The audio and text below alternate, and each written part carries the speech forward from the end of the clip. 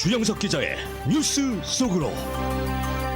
뉴스 속으로는 예방과 치료의학도 최고, 리퍼도 최고, 시니어 어르신들에게 서울 메디칼 그룹이 최고, 서울 메디칼 그룹 제공입니다. 오늘 연방공개시장위원회 FOMC 회의가 시작이 됐습니다. 연준이 내일 기준금리를 동결할 것이라는 예상이 지배적인데 내년 초까지 당분간 금리가 계속 동결될 것이다라는 전망이 우세한 편이지만은 3분기 경제가 호조를 보인 것으로 나타나 12월 FOMC에서는 또 깜짝 금리 인상이 이루어질 수 있을지 여부에 관심이 모아지고 있습니다. 이 전문가들의 의견은 엇갈리고 있는데요. 자, 주영석 기자. 안녕하십니까. 또다시 운명의 시간이 다가왔네요. 그렇습니다. 기준금리 관련한 그 결정, 연준의 결정이 내려지는 시기를 맞고 있습니다. 오늘 연방공개시장위원회 FOMC 회의가 시작이 됐죠. 10월 31일, 11월 1일. 그래서 10월, 11월 FOMC라고 이제 부르고 있는데 어떤 결정을 내릴지 관심이 모아집니다. 내일 11월 1일 LA 시간 오전 11시, 아마 11시 조금 넘어서 지 않을까. 어찌됐건 그쯤에 기준금리에 대해서 결정이 내려집니다. 그런데 지금 상황으로 보면은 금리 동결이 유력하지 않습니까? 예, 뭐 유력하죠. 네. 시장은 그 연준이 금리를 동결할 것이라는 예상이 지배적입니다. 뭐 거의 모든 전문가, 모든 언론들이 다 그렇게 보고 있고요. 시카고 상업거래소 CME가 운영하는 페드와치, 가장 그 연방준비제도의 행보를 정확히 예측한다는 이 페드와치도 내일 금리 동결 가능성을 99.5%, 거의 뭐 100%로 보고 있기 때문에 금리 동결이 유력하다고 볼 수 있고, 사실 어떻게 보면 이제 내일 관심은 금리 동결이 아니라 항상 그 금리를 동결할지 인상할지 인하할지 결정이 나오고 나서 제롬 파월 연준 의장이 기자회견을 하죠. 거기에서 어떤 말을 할지 어떻게 보면 거기에 더 관심이 모아지고 있다고 할 수가 있겠습니다. 이번에 금리가 동결될 가능성이 그렇게 높다. 그 이유가 뭘까요? 사실 뭐 인플레이션이 아직도 기대치에 비해 높다는 거 생각하는 게 연준 위원들 중에 상당수가 그렇게 생각을 하고 있어요. 그래서 그것만 놓고 보면 금리를 더 인상해도 된다고 생각하는데 연준 위원들이 생각할 때, 그러나 인플레이션을 제외하고 나머지 부분에서는 원하는 결과들이 지금 나타나고 있기 때문에 굳이 여기서 무리하게 금리를 더 인상할 필요가 있느냐 하는 그런 지금 얘기들이 내부에서도 지금 활발하게 논의가 되고 있습니다. 그래서 인플레이션만 놓고 보면 연준의 이상적인 목표치 2%보다 아직은 좀 아쉬운 좀 부분이 있지만, 그러나 그 외에 다른 경제 관련한 주요 수치들이라든가 이런 것은 상당히 좀 긍정적이다. 연준이 바라보는 관점에서 긍정적이다. 그래서 이 정도면 무리해서도 올릴 필요가 없다는 생각이고, 또 하나는 외부적인 변수가 지금 터져 나왔죠. 바로 이스라엘 하마스 전쟁입니다. 우크라이나 전쟁이 아직 또 계속되고 있고 언제 끝날지 모르는데 지금 이스라엘 하마스 전쟁이 터져서 그 계속 지금 확전되는 듯한 이런 지금 양상을 보이고 있습니다. 그래서 이렇게 좋지 않은 시기에 금리까지 인상해서 경제에 더 부담을 줄 수는 없다. 지금 자칫하면 뭐 국제 유가가 뭐 배럴당 150달러까지 갈 수도 있다는 좀 그런 예상도 나오고 있는데, 그런데 금리 인상까지 되면 감당할 수가 없죠. 세계 경제가 망할 수도 있습니다. 그래서 연준도 지금 상황에선 도저히 금리를 인상할 수 없다 하는, 그래서 섣부른 금리 인상보다는 동결을 하면서 좀 지켜봐야 되겠다 하는 분위기가 대세인 것으로 이렇게 보여집니다. 네, 그렇네요. 지금 상황을 조금 더 지켜봐야 되겠다. 그런 입장인 듯합니다. 네, 그렇습니다. 네. 지난해 3월부터 연준이 금리를 올렸어요. 지난해 네. 3월 0.25%포인트, 그리고 5월부터는 계속 이제 0.5, 0.75 이렇게 아주 급하게 올렸는데 올해 3월까지 10회 연속 금리를 인상했습니다.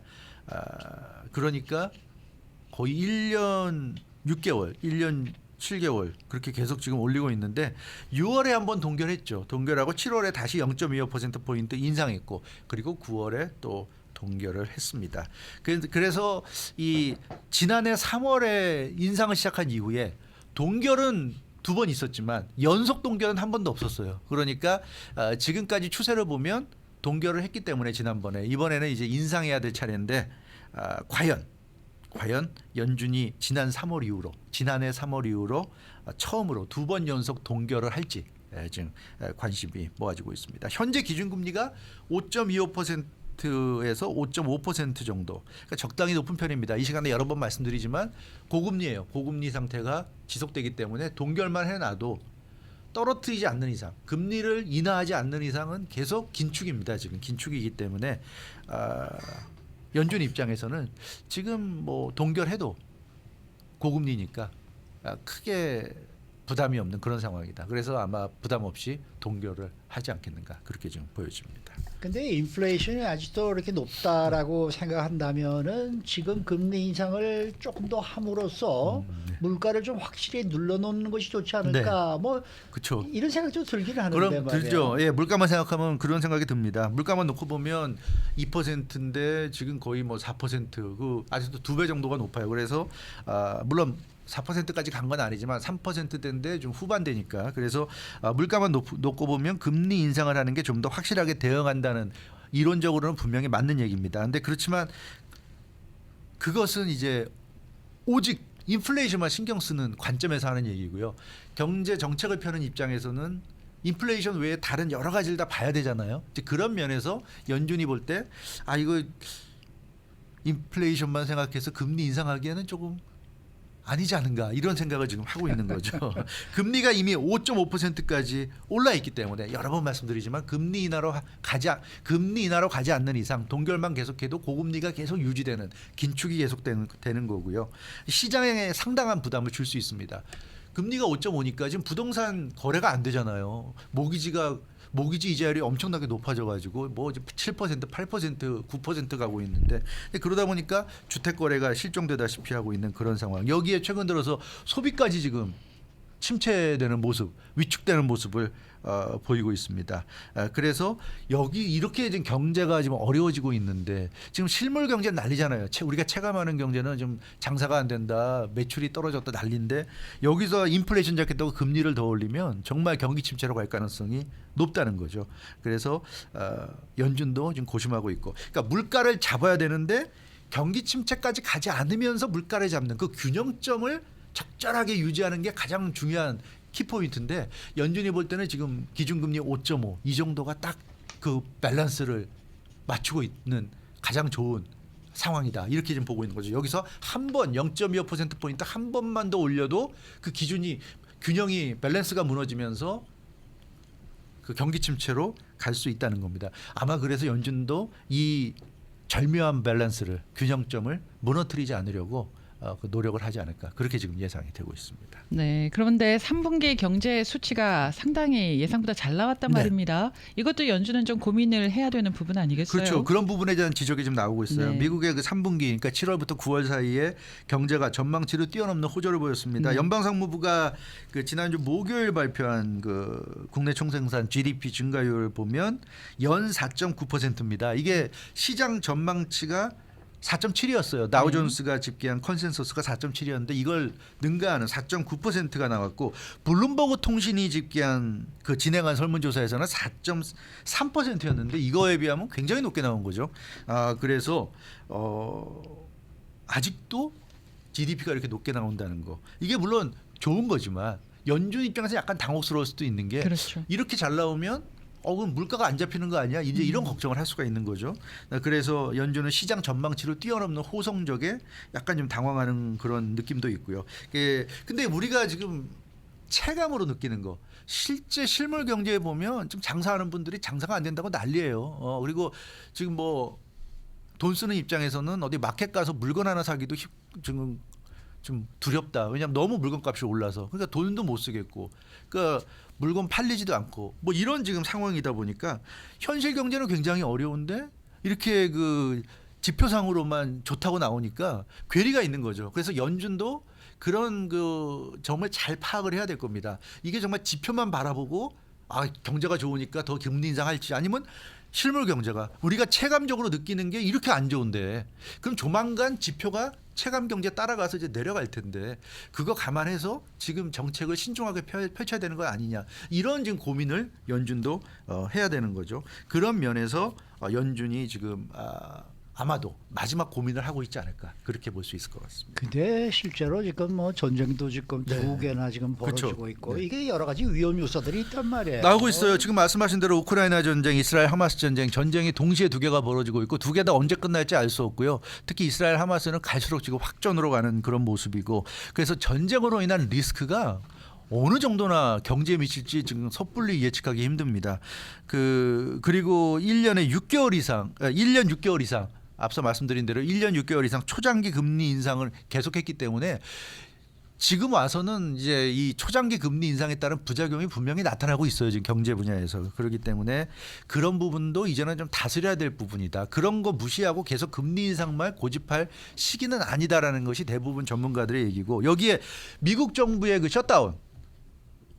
셧다운이 간신히 피했지만 그게 그 임시 예산안을 통과시킨 거잖아요. 그래서 얼마 안 남았어요. 그래서 이 정부에 부담을 주는 금리 인상을 계속하다 보면 그 셧다운이 올 때 큰 낭패를 볼 수 있다는 거. 그래서 이런 경제를 위협하는 요인이 많다는 점에서 연준도 섣불리 금리 인상 결정하기는 힘들 것이다 하는 것이 지금 대체적인 경제 전문가들의 분석인 것 같습니다. 네, 거기에 대해서 연준이 신뢰하는 주요 수치들도요. 금리 동결이 맞다라는 네. 신호를 보여주고 있다는 분석도 있거든요. 그렇죠. 그 미국의 10년 만기 국채 수익률이 그 지난주 16년 만에 처음으로 5%를 기록했습니다.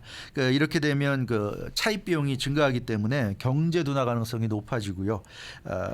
그래서 이게 또 긍정적으로 작용하는 게 국채 그 수익률이 이렇게 10년 만기 국채 수익률이 5%까지 이제 기록을 하다 보니까 연준 입장에서는 금리 인상을 할 필요가 없는 거예요. 국채 수익률이 이렇게 되면서 국채 수익률 같은 것이 이제 긴축 정책을 유지시켜주는 그 수단으로서 작용을 하기 때문에 여기에 더해서 금리 인상을 계속 강화할 필요가 없다 하는 그런 지금 인식을 하고 있는 것으로 보이고요.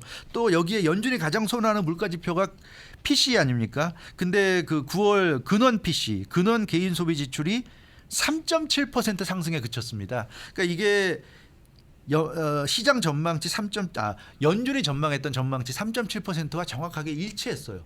그러니까 연준이 전망하던 것보다 더 잘 나오면 연준 입장에서는 이거 물가가 더 계속 오르는 거 아니야 하는 생각할 수 있는데 연준이 예상하는 전망치와 맞아 떨어졌기 때문에 그러면 근원 PC가 높지 않다는 것, 그리고 경제 둔화 가능성이 있다는 점에서 연준이 좀 더 안심하고 동결로 갈 수 있다. 이렇게 좀 볼 수 있을 것 같습니다. 네, 그러면은 이제 12월 달에 열리는 올해 마지막 FOMC에서 금리가 다시 인상될 수 있는 가능성은 어느 정도로 봐야 될까요? 물론 앞으로 한 달 정도 남아 있으니까 그 안에 또 어떤 변수가 일어날지는 또 우리가 생각을 해봐야 되겠지만 지금 현재로서는 대부분 전문가들이 동결로 예측하고 있습니다.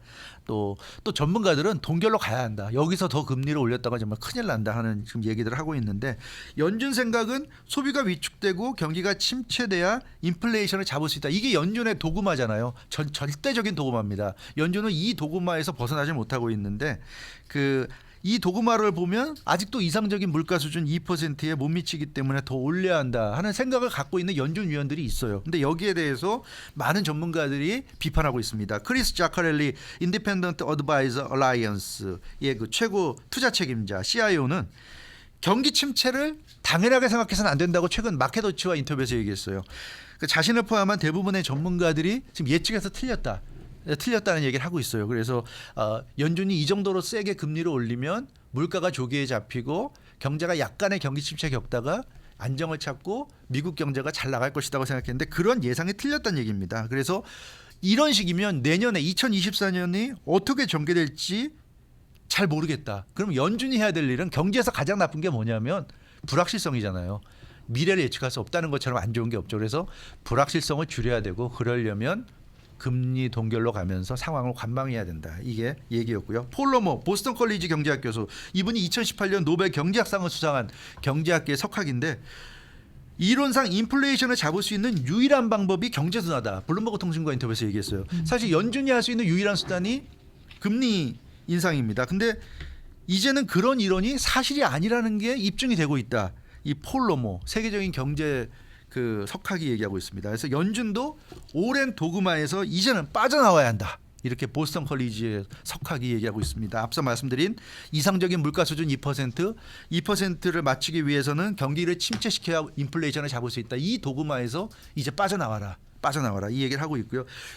이미 세계가 워낙 발전하고 달라졌기 때문에 그런 올해 예전의 도그마와는 맞지 않는다는 얘기예요.